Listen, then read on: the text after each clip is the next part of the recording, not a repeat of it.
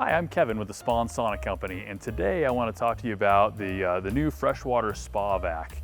It's quite common that you'll open your hot tub up and find maybe some sand or debris that's been tracked in by wet feet, and you're trying to find a way to get it out. And for years there have been different spa vacs on the market, but in my opinion, this is now one of the best spa vacs that's ever been developed.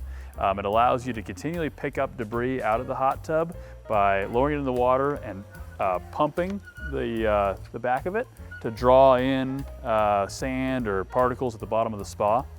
When you're done picking up debris, just pick the vac up out of the water and the water will drain out, but the debris will stay behind.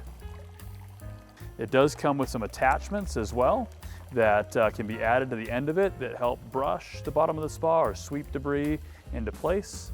And you can take the brush off to help direct the water flow a little more swiftly into the spa vac as well. When you're done taking the debris up from the bottom of the hot tub, you can remove the end piece to then clean out the filter that, where you've caught all the sand and debris from the spa.